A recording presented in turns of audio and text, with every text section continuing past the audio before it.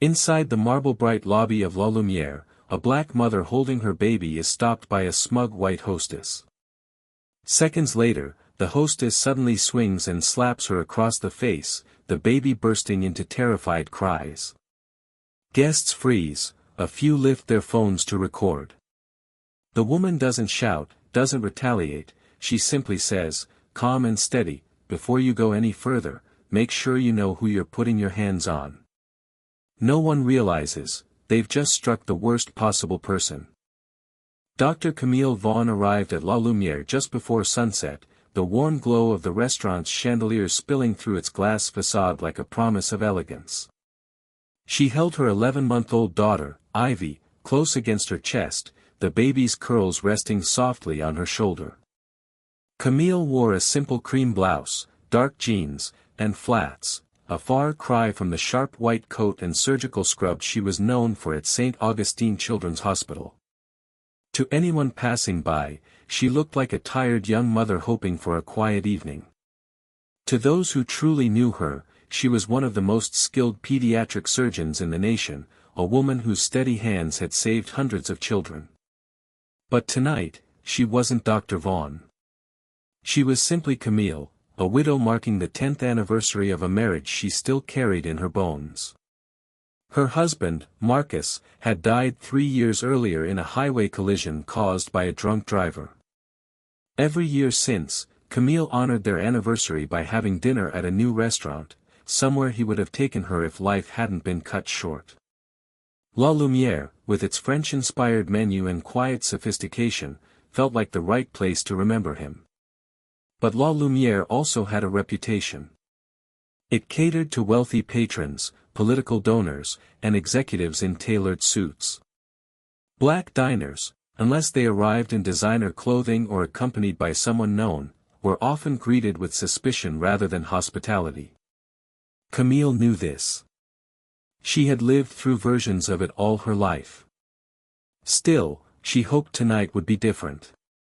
After all, she had made a reservation days ago under her professional title, Dr. Vaughn, party of 2. As she stepped inside, the maitre d' glanced at her before pretending not to see her. A young waiter near the entrance straightened, clearly wanting to help, but the restaurant manager shot him a quiet look that said, "Leave her alone. She's not our problem." Camille pretended not to notice. She adjusted Ivy's blanket gently and approached the hostess stand. At a nearby table, an elderly white man paused mid-bite. He recognized her instantly. Dr. Vaughn had saved his grandson after a rare heart complication. His eyes widened with gratitude, and he half rose from his seat, ready to greet her, but his daughter tugged his sleeve, urging him to sit back down. He hesitated, unsure, watching Camille with a mixture of respect and sorrow. All Camille wanted was a peaceful dinner, a moment to breathe, to remember, to be a mother and nothing else. But La Lumière had other plans. Tonight, the restaurant would remind her exactly what kind of world she lived in. The moment Camille stepped toward the hostess stand, Madison Pierce slid in front of her like a velvet rope come to life. 27, blonde ponytail, perfectly manicured nails, and an expression that broadcast judgment before she ever opened her mouth. "You're not on the reservation list," Madison said flatly, without even glancing at the tablet in front of her. Camille shifted Ivy in her arms. "The reservation should be under Dr. Vaughn." Madison lifted a brow. "Right. And I'm the Queen of England." She let her eyes travel over Camille's simple outfit, then smirked. "People like you usually can't afford this place."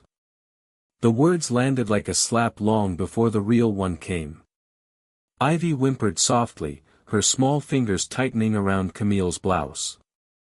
Instead of softening, Madison's face pinched in annoyance. "This is a fine dining environment," she said pointedly. "Not, whatever this is." Camille took a calm breath. "I have the confirmation number right here." She extended her phone, screen open, reservation visible. Madison didn't lean closer. Didn't look. Didn't care. "Ma'am," she said, injecting the word with condescension, "we don't accept fake reservations. It wastes everyone's time." A couple sitting nearby exchanged shocked glances. At another table, a white mother paused mid-sip and slowly raised her phone to record. Something about the tension in the air told her this moment would matter. Camille spoke evenly. "This is not a fake reservation. It's under my professional title." Madison folded her arms. "Professional? Okay. Let's hear it. What exactly do you claim to be?" "Dr. Vaughn," Camille repeated, steady. "Doctor of medicine." Madison barked a laugh. "Doctor? Of what, YouTube?" A few diners gasped. The live-streaming mother whispered into her phone, "This doesn't feel right." Camille remained composed. Years of navigating discrimination had given her a kind of emotional armor, quiet, steady, unshakable. But her calmness, instead of diffusing the situation, seemed to ignite something ugly inside Madison. "Look," Madison said sharply, "if you want to eat somewhere in your price range, I can give you a list of places that won't turn you away." Camille bent slightly to adjust Ivy's blanket. And that motion, something as gentle and maternal as soothing a child, was what pushed Madison over some invisible edge. Without warning, Madison's hand cracked through the air. The slap struck Camille across the cheek with a sound that splintered the room. Ivy screamed instantly, her face flushing red with panic. Utensils clattered. Conversations died mid-sentence. A waiter dropped a tray. Madison stood rigid, chest heaving, as if she expected applause. Instead, she was met with stunned silence. Derek Lawson, the restaurant manager, stepped halfway forward, his face taut with a mixture of fear and cowardice. He raised a hand as if to intervene, but let it fall uselessly at his side. "Don't escalate this, Madison," he whispered, eyes darting around the room, terrified of bad press but too weak to stop it. But everything had already escalated beyond control. Madison crossed her arms defiantly. "She provoked me," she announced loudly, looking around as if daring anyone to contradict her. "She became aggressive." Camille held Ivy close, gently rocking her even as pain burned across her cheek. She didn't raise her voice. She didn't fight back. But the quiet in her eyes, the deep, steady quiet, was more dangerous than any threat she could have spoken. Madison didn't realize it yet. But she had just crossed a line she would never return from. The slap was barely a second old before phones rose everywhere. Dozens of angles. Dozens of witnesses. And within minutes, dozens of live streams. The woman who had started recording earlier whispered breathlessly into her phone, she slapped a mother holding a baby. "Oh my God, look at the child crying." Ivy's wails echoed through the marble dining room, a heartbreaking counterpoint to Madison's shrill, performative outrage. "She attacked me first." Madison screamed, clutching her own cheek dramatically, though no one had touched her. "She threatened the baby. I had to protect myself." Gasps rippled through the room, not because people believed her, but because the lie was so blatant, so absurd, that even those filming hesitated, shocked at her audacity. Derek Lawson saw chaos blooming and panicked.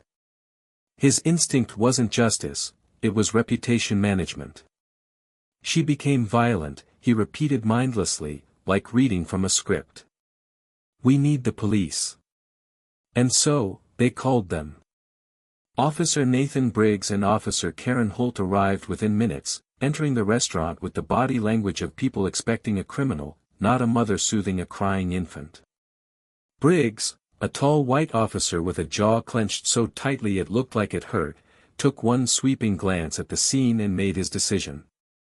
It wasn't based on evidence. Or truth. Or reason. It was based on what he expected to see when a black woman was involved. "Step outside." Now, Briggs ordered, pointing at Camille as though she were a threat rather than a victim. Camille tried to speak evenly. "Officer, I was assaulted.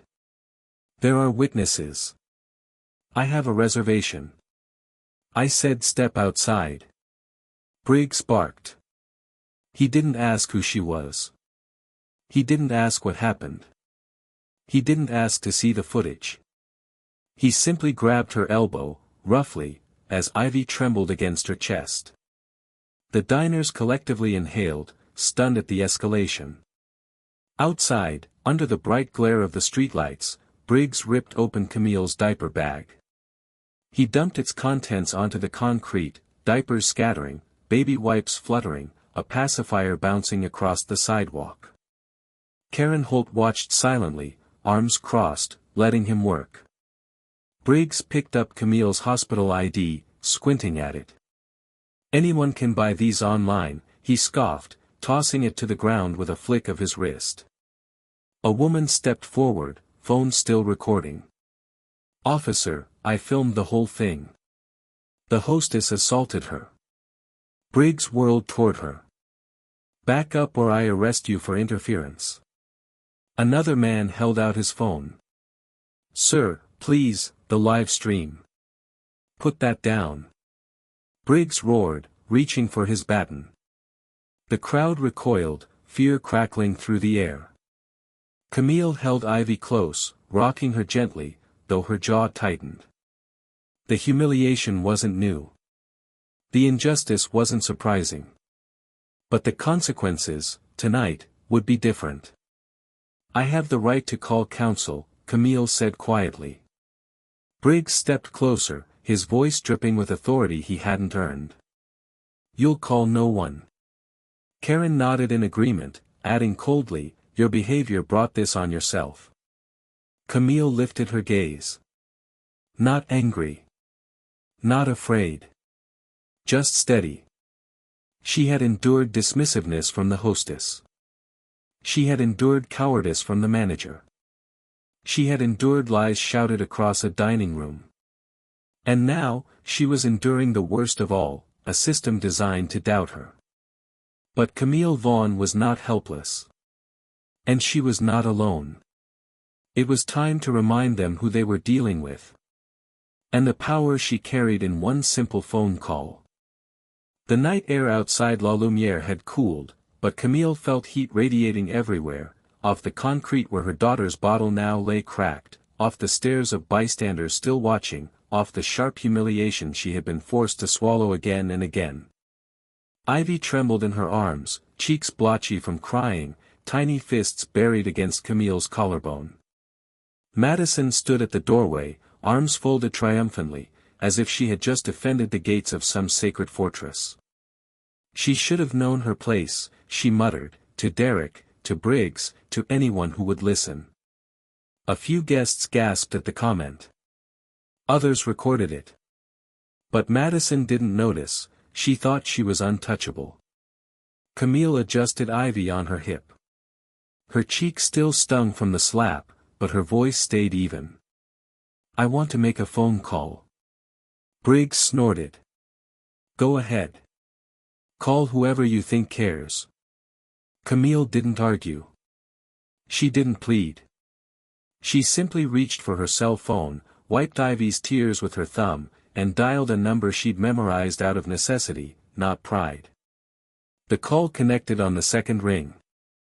A warm, deep voice answered immediately. "Dr. Vaughn. Is everything all right? How's Ivy?" The sound of his voice, familiar, steady, made Ivy lift her head. Her crying softened, then stilled. Camille's arms tightened around her daughter. "Jonathan," Camille said, "your staff assaulted me." There was a pause. A long one. 3 seconds, but it felt like the sky itself held its breath. When Jonathan Reynolds spoke again, his tone had changed. Gone was the gentle gratitude of a man indebted to the surgeon who saved his nephew's life. In its place came steel, cold, unmistakable authority. "Put the manager on the phone," he said. Briggs blinked, thrown off by the shift in Camille's demeanor. Before he could object, she held out the phone toward Derek Lawson. "Take it," she said calmly. Derek hesitated as if accepting the device might set it on fire. Finally, hands trembling, he pressed it to his ear. "Mr. Reynolds, sir, there's been a misunderstanding." Jonathan's voice roared through the speaker loud enough for the crowd to hear. "A misunderstanding? You allowed your staff to lay hands on the surgeon who saved my nephew's life. You humiliated her. You endangered her daughter. And you want to call that a misunderstanding?" Derek's knees nearly buckled. Madison, suddenly pale, rushed forward, trying to grab the phone. "I would never have done it if I knew who she was."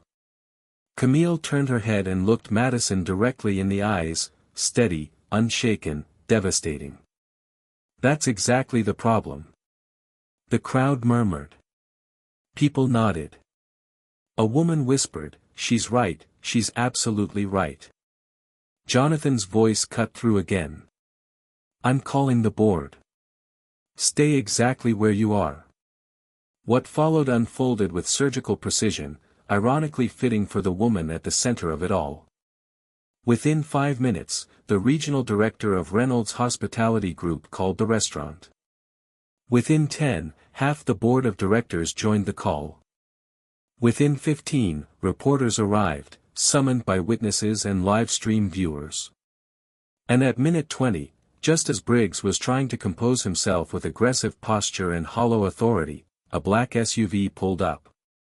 A representative from the Department of Justice Civil Rights Division stepped out, accompanied by 2 federal investigators. Someone in the crowd exhaled sharply. This just got federal. Briggs stiffened. This is unnecessary. The DOJ attorney held up a hand.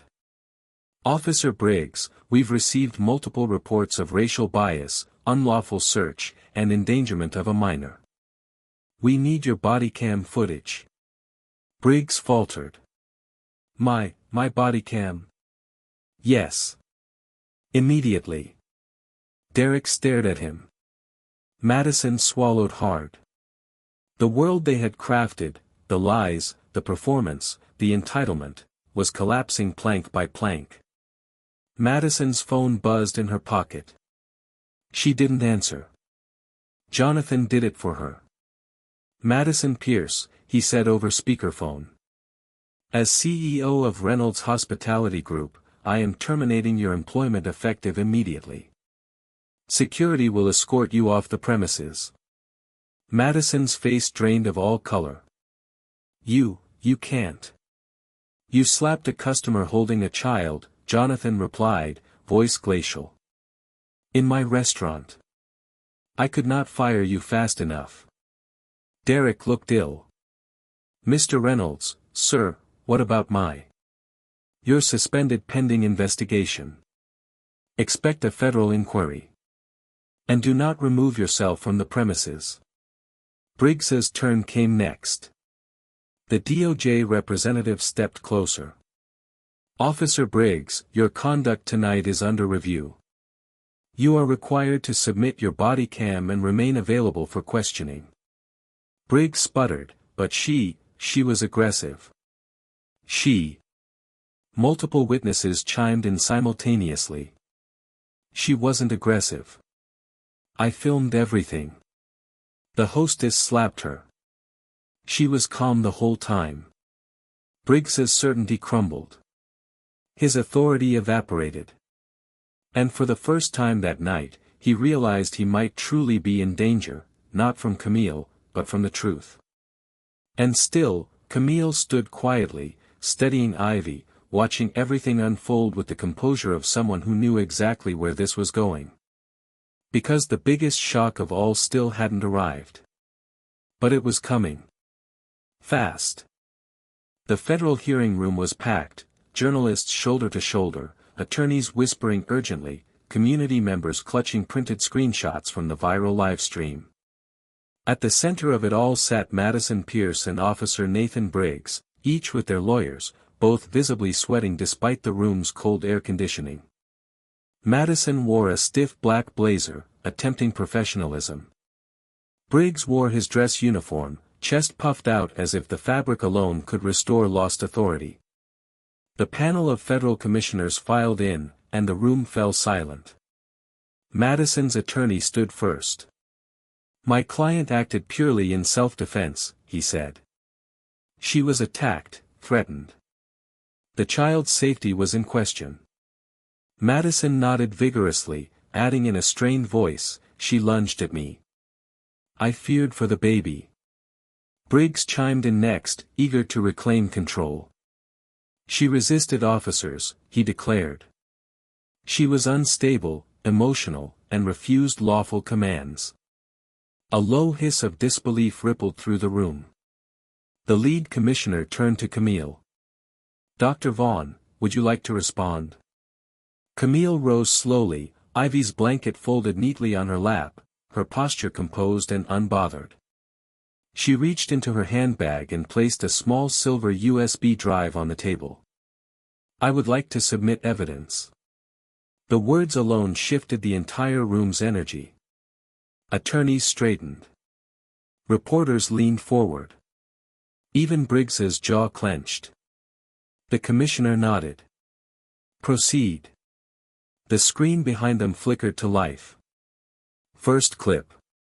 7 different angles from 7 different witnesses. Madison standing at the Hostess podium, sneering. Camille holding Ivy. No aggression, no raised voice, just calm explanation. Then the slap. Sharp, jarring, undeniable. Madison's face drained of color. Second clip. The full 42-minute live stream, uninterrupted, time-stamped, broadcast to hundreds of thousands that night. It showed everything. Madison mocking Camille. Derek refusing to intervene. Briggs storming in and escalating with no inquiry. The illegal search through the diaper bag.